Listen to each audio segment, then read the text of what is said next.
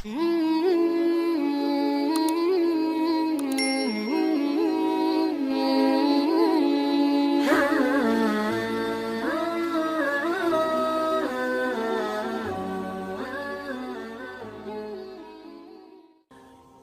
sederhana, karena kita membandingkan diri kita dengan orang-orang lain, atau nggak usah diri kita deh, kita membandingkan nasib orang beriman dengan nasib orang yang tidak beriman, sama-sama menggunakan dunia. Padahal Allah tidak banyak berjanji urusan dunia kepada orang beriman. Kalau mau ngebandingin, bandingkanlah orang beriman itu dengan akhirat dan orang yang tidak beriman dengan dunia. Dia dapat apa di dunia, kita dapat apa di akhirat, itu baru imbang perbandingannya. Kalau kita ngebandingin dia dapat apa di dunia, saya dapat apa di dunia, itu perbandingan yang gak matematis menurut Islam. Gak logis menurut iman. Baru logis kalau kita ngebandingin, dia orang misalnya riba, terus dia bisa beli aset sekian, saya gak riba, dapat apa nanti di akhirat, itu baru logis tuh menurut iman. Cuman kalau kita hitung-hitungan, dia kok mengawali usahanya dengan cara riba, saya dengan cara yang lebih syar'i, kok dia dapat sekian aset saya enggak, ini secara hitung-hitungannya aja pertanyaannya udah salah sehingga tidak ada jawaban. Jadi kalau pertanyaannya udah salah, tidak ada jawaban. Makanya yang harus diperjelas dulu pertanyaannya, baru nanti ketemu jawabannya. Saya mau sharing sebuah kisah nih tentang dua orang laki-laki Bani Israel. Satu ahli surga, satu ahli neraka. Yang satu mukmin, yang satu kafir. Yang kedua laki-laki ini juga sempat dikisahkan oleh Allah di dalam surat Al-Kahfi.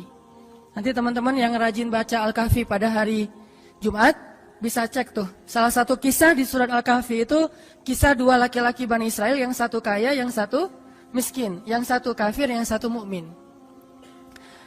Ceritanya dua orang laki-laki Bani Israel ini sama-sama Allah karuniai rezeki sebanyak 4.000 dinar. Sekarang 1 dinar itu kurang lebih sekitar 2,5 juta. Jadi ada 4.000 di dinar. Lalu laki-laki kaya, laki-laki kafir, laki-laki yang tidak beriman, membeli sebuah rumah yang sangat bagus di puncak bukit dengan view yang luar biasa dengan harga 1.000 dinar. Sehingga kemudian dia datang kepada temannya yang mukmin, dia bilang, yuk ke rumah saya tunjukin rumah baru saya.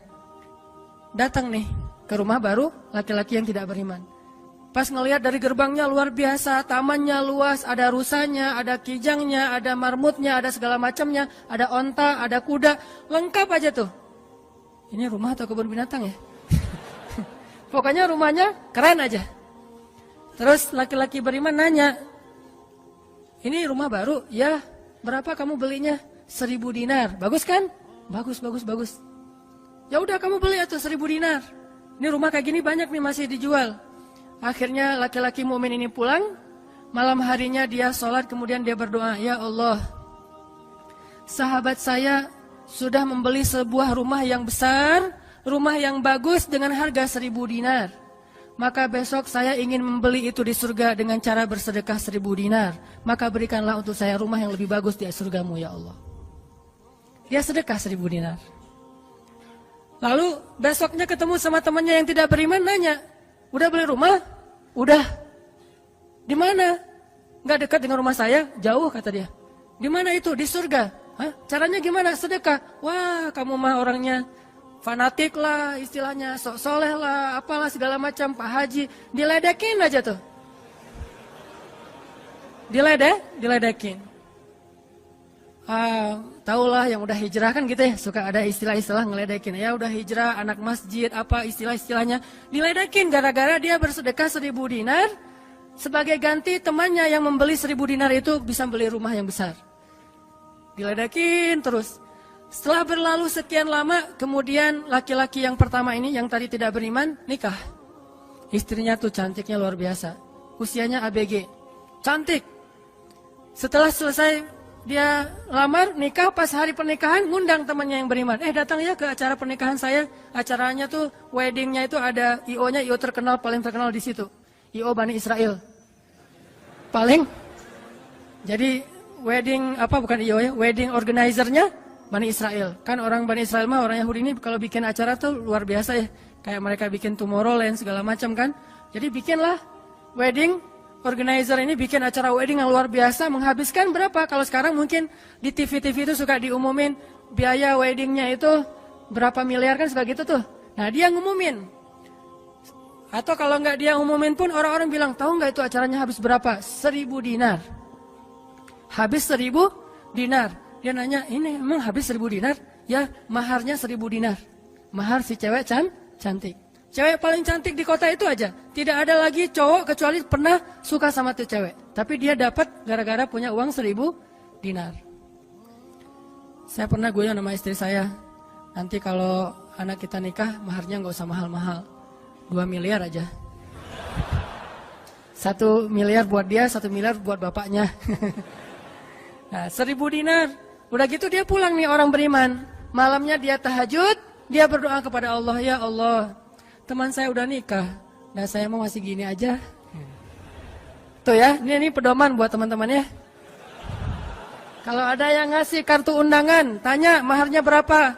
Maharnya 10 juta. Waduh, saya pas nih 10 juta. Bilang ke Allah, ya Allah, sama kayak dia. Saudara saya, teman saya sudah menikah dengan mahar 1.000 dinar. Dan saya masih punya. Saya ingin melamar bidadari di surga dengan 1.000 dinar. Nikahkanlah saya dengan bidadari paling cantik di surga, ya Allah. Ini 1.000 dinarnya, sedekah 1.000 dinar. Temannya punya anak tanya pas lagi reuni SMP gitu ya. Lagi reunian tanya, kok masih sendiri aja? Enggak sendiri, cuma nggak dibawa. Itu trik menjawab pertanyaan yang nyelekit tadi. Loh, kok kamu sendiri nggak ditemenin sama si dia? Enggak, lagi nggak enak badan. Nggak dibawa katanya. Loh, kok nggak dibawa? Soalnya masih di surga. Udah aja. Oh, di surga gimana caranya? Sedekah 1.000 dinar. Wah, lo benerannya keterlaluan lo. Habis-habisan dibully. Dibully habis-habisan gara-gara dia nggak melamar cewek dengan 1.000 dinar, malah pakai sedekah untuk melamar bidadari Hurul Ain. Baca surat Ar-Rahman paragraf terakhir tentang Hurul Ain. Fihinna qasiratut tarfi lam yatumithunna insun qablahum wala jan. Gak ada manusia yang kayak gitu. Qasiratut tarf, cewek yang matanya besar tapi sayu. Matanya besar tapi sayu. Kalau mata saya kecil, matanya besar tuh. Orang sekarang kan banyak pengen mata besar, sampai diedit dulu di berapa tuh? Aplikasi teh. Ah, itu. Di Fotoras lah, apalah diedit supaya matanya disobek dikit bagian ininya jadi besar gitu ya. Dikasih eyeshadow, dikasih segala macam supaya matanya besar. Kenapa? Mata besar itu simbol dari kecantikan. Makanya bidadari itu bahasa Arabnya Hurul Ain, yang matanya besar. Lam yatumithunna insun qablahum walajan. Belum pernah disentuh. Disentuh doang loh ya, bukan yang lain. Cuma disentuh aja, belum pernah oleh manusia dan jin. Murni, asli, original. Belum pernah dilihat oleh siapapun, benar-benar tersimpan. Kannahunnal yakut wal marjan. Seolah-olah mereka itu adalah yakut wal marjan, mutiara yang wangi. Udah mutiara, wangi pula. Yakut wal marjan. Bukan Yakult yang diminum sehari, itu ya. Yakult beneran. Ditambah lagi nanti di ayat yang lain, fihinna khairatun hisan. Perempuan yang khairat. Khairat itu artinya banyak anak. Subur. Dan di surga itu orang berkeluarga dan beranak pinak. Sehingga seseorang ketika pengen punya anak, langsung punya anak, tidak perlu 9 bulan hamil. Dan gak perlu juga sesar. Udah aja lahir. Lahir dengan cara yang Allah ciptakan, sangat indah, tidak perlu ada wahnan ala wahnin, tidak ada kepayahan demi kepayahan, lahir anak. Dan anaknya bisa pesen, request. Ya Allah, saya pengen anak laki-laki, tapi modelnya gini. Nah, bisa. Kalau di dunia kan nggak bisa request, terima aja apa adanya ya. Oh gini, ternyata nggak mirip. Cuma di dunia, di akhirat mah bisa request segalanya, sesuatu juga bisa request. Udah aja kayak gitu, hurul ain. Sehingga dia tahu, gimana pun cewek ini cantik, tidak pernah bisa mengalahkan satu hurul ain. Seandainya jemari hurul ain, jari kelingking doang, dikeluarin dari surga ke dunia, maka cahaya matahari akan tertutup oleh cahaya jari kelingkingnya hurul ain. Kalau hurul ain sempat keluar dari surga, jatuh ke bumi, kau bidadari jatuh dari langit gitu kan ya. Nah, jatuh tuh ke bumi beneran, maka nafasnya, satu kali dia bernafas, semua manusia akan mati karena tergila-gila kepada dia. Harumnya nafas hurul ain. Gak usah dibayangin, ntar makin gak bisa tidur. Sekedar ilustrasi doang nih. Akhirnya dia lamar tuh hurul ain dengan sedekah 1000 dinar. Udah aja sih kayak gitu. Dan dia merasa, alhamdulillah saya lebih beruntung dari dia. Saya lebih beruntung dari dia. Gitu matematika mukmin. Baru setelah beberapa tahun, teman yang pertama tadi yang tidak beriman beli kebun. Kebun yang sangat luas. Lalu ngajak lagi teman yang beriman, yuk ke kebun saya. Kamu udah punya kebun? Udah, datang aja. Kamu tahu nggak nih kebun yang saya beli berapa? 2000 dinar. Kebun korma yang sangat luas, yang di dalamnya ada mata airnya sendiri, yang tidak seolah-olah tidak ada batas ketika kita memandangnya. Terus sepanjang mata memandang. Kebun kurma yang rindang, 2000 dinar. Lalu laki-laki ini pulang lagi, ya Allah, izinkan saya membeli kebun-kebun surgamu dengan 2000 dinar. Karena saudara saya itu sudah membeli kebun di dunia. Sedekah lagi 2000 dinar. Terus kayak gitu sampai mereka tua. Yang satu meninggal dalam keadaan kaya raya tapi kafir. Yang satu lagi meninggal dalam keadaan miskin tapi beriman. Siapa yang lebih beruntung? Tergantung matematika yang dipakai. Kalau matematikanya materi duniawi, pasti orang yang pertama yang tidak beriman lebih beruntung. Bisa menikmati dunia habis-habisan sampai hari tuanya. Tapi kalau matematikanya matematika mukmin, Rabbani, maka pasti yang kedua lebih beruntung dari yang pertama. Nanti setelah mereka meninggal, ini ceritanya panjang sekali dan kemudian jadi salah satu tafsir dari Al-Quran surat As-Saffat yang nanti kita baca. Di akhirat, kalau teman-teman tahu kalau kita baca tafsir itu ternyata ya, di surga itu punya jendela. Kayak rumah punya jendela. Cuman saya nggak tahu seperti apa bentuk jendelanya, karena surga itu kata Nabi, ma la ainun ra'at wa la udhunun sami'at. Yang nggak pernah dilihat oleh mata, yang nggak pernah didengar oleh telinga, yang nggak pernah dibayangkan oleh imajinasi manusia. Yang jelas ada jendela itu di surga. Nah, jendela ini apa? Jendela ini dipakai untuk mengintip ke neraka. Jadi nanti kalau ada kisah-kisah penduduk surga menyelamatkan orang-orang di neraka, itu lewat jendela itu. Kalau ada cerita penduduk surga dan penduduk neraka berdialog, itu lewat jendela itu. Bukan keluar dulu, sama-sama keluar, terus ada ruangan khusus dialog gitu, enggak. Atau pakai misalnya Skype gitu ya. Nelfon neraka pakai Skype. Tling, lagi disiksa, aduh ada yang nelfon, bentar dulu. Kan enggak ada yang gitu ya. Ini mah pakai jendela, jadi jangan pakai imajinasi teknologi yang sekarang. Nggak ada Skype, nggak ada WhatsApp call, video call gitu. Nggak ada line, yang ada lewat jendela. Begitu dia ngelihat ke jendela, dia langsung Allah berikan dimensi melihat neraka. Langsung Allah kasih ruang untuk bisa melihat neraka. Di neraka itu dia akan bertanya kepada malaikat neraka, ngasih kayak kertas gitu. Tolong cariin yang namanya ini. Cariin. Oh ya, ini masa nggak kenal kayaknya di surga. Emang siapa? Hanan Ataki. Penduduk malaikat neraka mah nggak kenal. Amin. Aminin atuh. Mudah-mudahan semua kita tidak dikenal di neraka. Dikenal di surga insya Allah. Kalau ini mah nggak boleh heureuy. Ini serius nih. Udah aja ngasih nama gitu ya ke malaikat penjaga neraka. Kenal nama ini nggak? Oh, ntar dulu nanya ke yang lain. Kenal nama ini nggak? Wah, ada tuh yang di pojok sana tuh lagi dihabis-habisin sama malaikat. Udah malaikat yang itu bawain sini gitu. Pas dibawain ternyata itu adalah laki-laki tadi yang di dunia saling bersaing dalam memperkaya diri. Satu memperkaya diri di dunia ya, satu lagi memperkaya diri di akhirat. Bro, gimana nasib lo sekarang? Waduh, saya sekarang disiksa segala macam, dia ngaku kesalahannya. Lah kamu gimana? Dulu kamu katanya beli rumah di surga, terus nikah di surga, terus beli kebun di surga, udah dapat. Wah, bukan dapat lagi. Ternyata 1000 dinar itu bukan satu istana loh bro. 1 dinar itu sekian ribu istana. Sekarang saya 1000 dinar, bayangin aja. Hah gitu? Makin sakit kan ya? Makin nelangsa, makin stres. Udah di neraka stres pula, stroke lagi, kena kejang-kejang gitu. Enggak di neraka kejang-kejang aja enggak enak, stroke enggak enak, apalagi udah stroke-nya di neraka kan lebih enggak enak tuh. Orang kena penyakit jantung di dunia enggak enak, ini penyakit jantungnya di neraka lebih enggak enak lagi. Ini mah imajinasi saya. Sesuai dengan di Al-Quran surat As-Saffat, dialog antara penduduk surga dan penduduk neraka. Inilah teman-teman matematika untuk mengukur siapa lebih beruntung. Sehingga kita tidak perlu bertanya, kenapa? Why? Saya udah hijrah kok makin susah hidup saya, dunia itu. Akhirat enggak. Kalau kita mengukur amal kita hanya dengan dunia, kita bakal sering kecewa karena Allah tidak menilai dunia ini bahkan lebih ringan daripada 11 sayap nyamuk. Seandainya kata Nabi dunia ini di mata Allah ada harganya, pasti Allah enggak mau ngasih dunia kepada orang yang tidak beriman, enggak mau. Berhubung dunia ini tidak ada nilainya, Allah kasihlah kepada orang yang tidak beriman.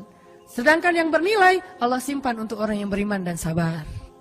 Pakai kacamata Rabbani, cara pandang Allah Subhanahu wa taala. Sehingga ketika kita hijrah, kita minta tolong kepada Allah urusan dunia, tetapi kita yakin kalau kita istiqomah, ikhlas, maka di akhirat wa ma indallahi khair. Itu harus jadi mantra yang kita ulang-ulang tuh. Kalau teman-teman lagi cemburu dengan dunia seseorang bilang wa ma indallahi khair. Apa yang ada di sisi Allah lebih baik. Udah enggak jadi cemburu tuh.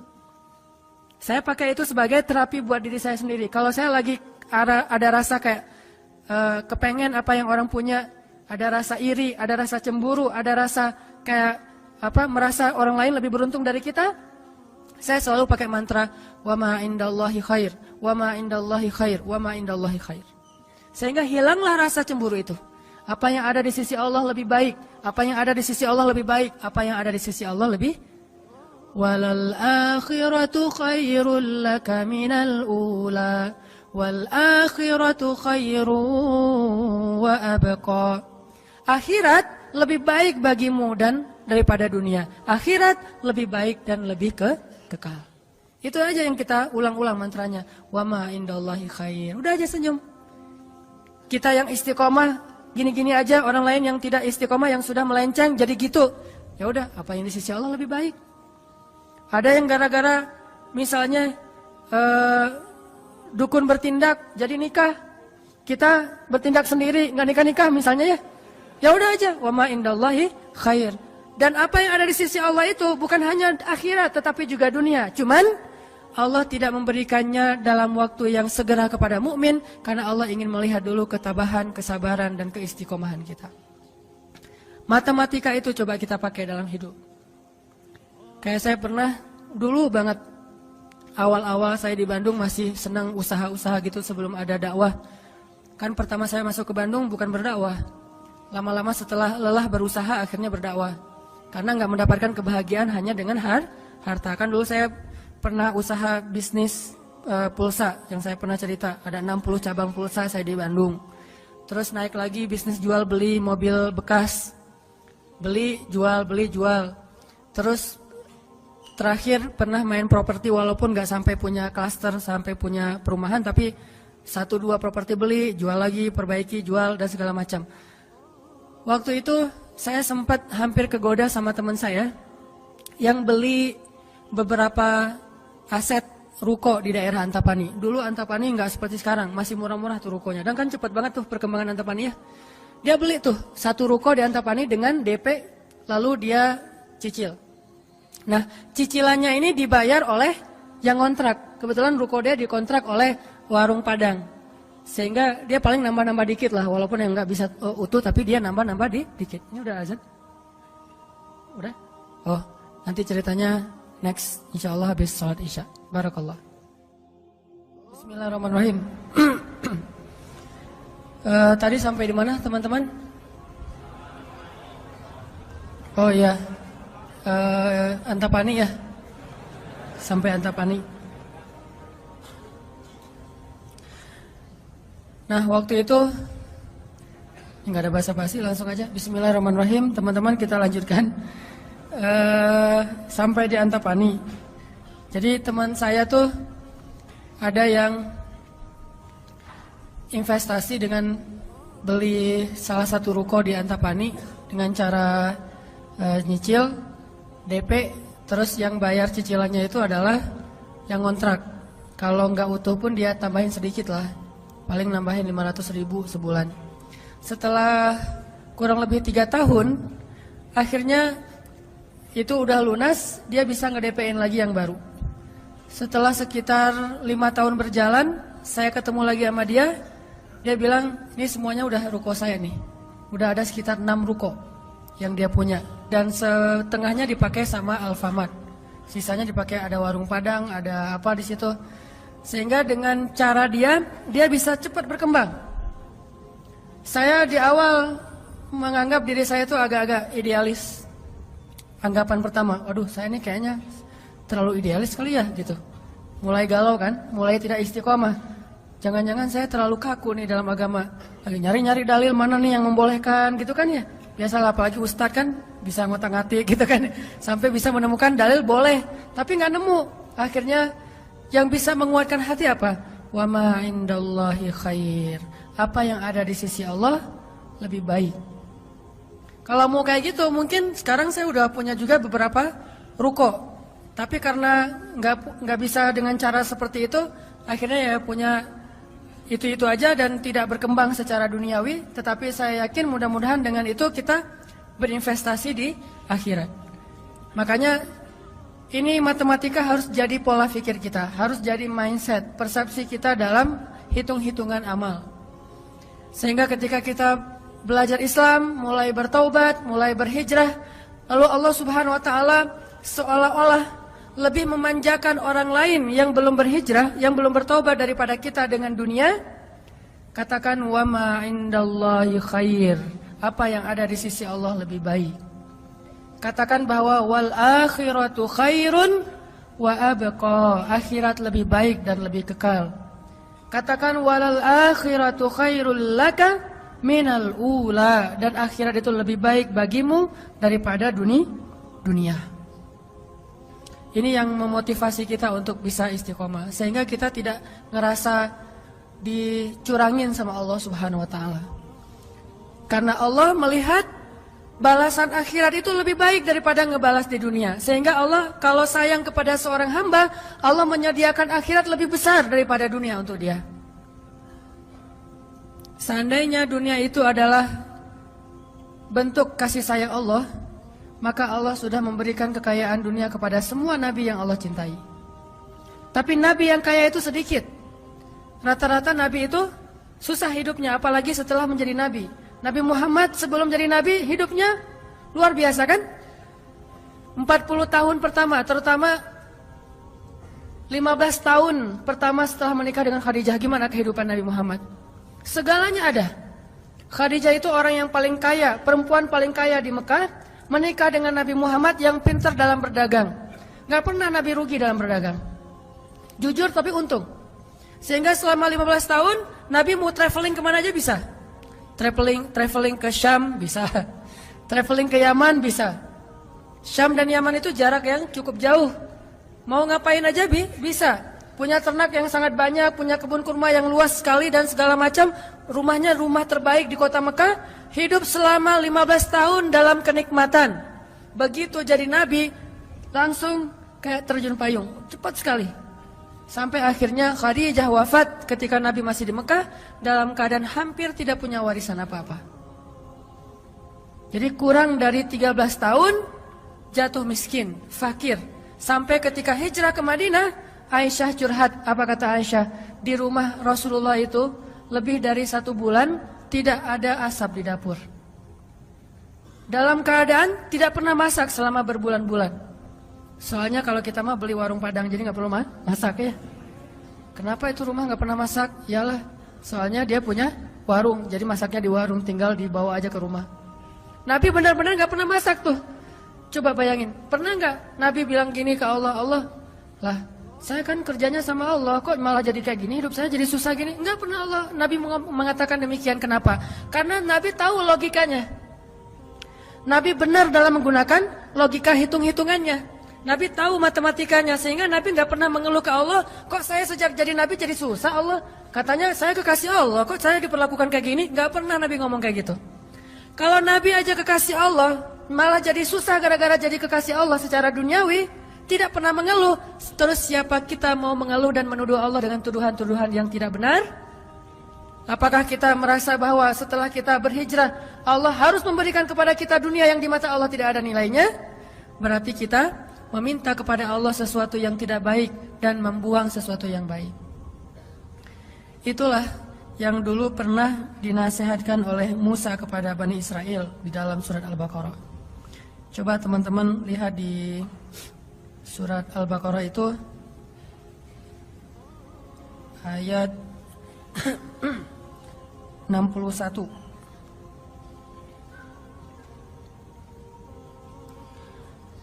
A'udzu billahi minasy syaithanir rajim. وَإِذْ قُلْتُمْ يَا مُوسَى لَن نَّصْبِرَ عَلَى طَعَامٍ وَاحِدٍ فَادْعُ لَنَا رَبَّكَ يُخْرِجْ لَنَا مِمَّا تُنبِتُ الْأَرْضُ مِن بَقْلِهَا وَقِثَّائِهَا وَفُومِهَا وَعَدَسِهَا وَبَصَلِهَا. Apa yang terjadi? Ketika orang-orang Bani Israel hijrah ke Palestina, lalu mereka mengeluh di Palestina karena setelah mereka hijrah, hidup mereka tidak menjadi lebih baik secara duniawi. Perasaan kata Bani Israel, sama aja deh. Sejak kita hijrah, sejak kita masuk agama Yahudi, sejak engkau datang Musa, sawa'un alaina, nasib kami sama aja nih. Sebelum kamu datang dan setelah kamu datang, nasib kami tetap aja susah, wahai Musa. Ini logika Bani Israel. Makanya banyak Bani Israel itu yang kufur kepada Allah karena pakai logika ini. Logika 2 tambah 2, 4. Itu logika Bani Israel. Kalau dalam urusan agama, beda kalau dalam urusan matematika. Jangan bilang, Dek, 2 tambah 2 berapa? 4. Bani Israel. Jangan. Itu mah matematika. Kalau dalam urusan agama itu logika Bani Israel. Mereka selalu menghitung-hitung itu dengan logika matematika duniawi. 2 tambah 2, 4. Sehingga mereka selalu mengeluh, ya Musa, sama saja nasib kami engkau datang dan engkau tidak datang dulu. Sama-sama susah. Terus apa baiknya dengan kedatangan wahai Musa? Mereka menghitung kebaikan itu hanya dari sisi materi saja. Padahal kedatangan Musa telah mengeluarkan mereka dari perbudakan kalau mau dihitung lebih jujur di urusan dunia. Kedua, dengan kedatangan Musa, mereka akhirnya diselamatkan dari kejahatan dan kekejaman Firaun yang membunuh anak laki-laki mereka dan memperbudak anak perempuan. Apakah mereka lupa? Afala ta'qilun ya Bani Israel? Tidakkah kalian berpikir wahai Bani Israel? Ditambah lagi dengan janji Allah untuk Bani Israel. Allah bukakan langit dan bumi untuk Bani Israel. Bayangin, Bani Israel lagi hijrah nih. Dari Mesir ke Palestina, di tengah jalan haus. Musa haus ngadu. Hashtag semuanya viral, haus Bani Israel. Hashtagnya haus. Akhirnya Nabi Musa berdoa kepada Allah, ya Allah beri mereka air. Keluarlah mata air satu untuk Bani Israel yang ada 12 suku. Berapa? 12 gitu, lupa Ya gitu deh. Oh ini nih. Ya 12 isnata asyara aina, 12 suku. Pakai satu mata air. Udah gitu karena Bani Israel ini orangnya nggak bisa teratur hidupnya, suka nggak bisa ngantri, nggak bisa teratur, nggak sabaran. Pokoknya tamak aja. Begitu keluar satu mata air, mereka ada 12 suku berantem. Ini gua duluan nih. Siapa lo? Rame aja antara Bani Israel. Cuma bahasanya saya nggak ngerti, Ibrani. Bukan siapa lo. Udah aja gitu, rame sesama Bani Israel. Akhirnya mereka ngeluh lagi, Musa, masa sih satu mata air? Ini rebutan nih, daripada kita nanti rame, daripada putus silaturahim, doain dong, minta 12 mata air. Nabi Musa berdoa lagi. Akhirnya keluar 12 mata air. Dimanja banget sama Allah. Udah keluar 12 mata air, mereka minum. Jalan lagi, Musa, dari kemarin kita makannya perasaan roti wae.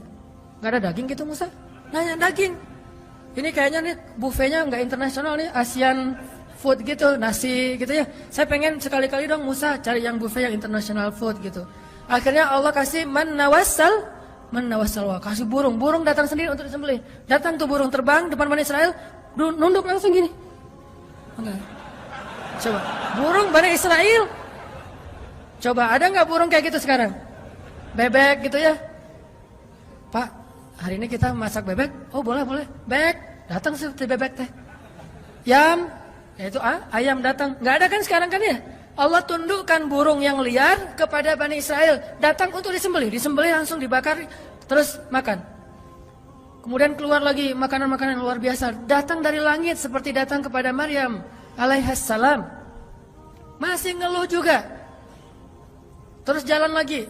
Musa, haredang cenah. Panas.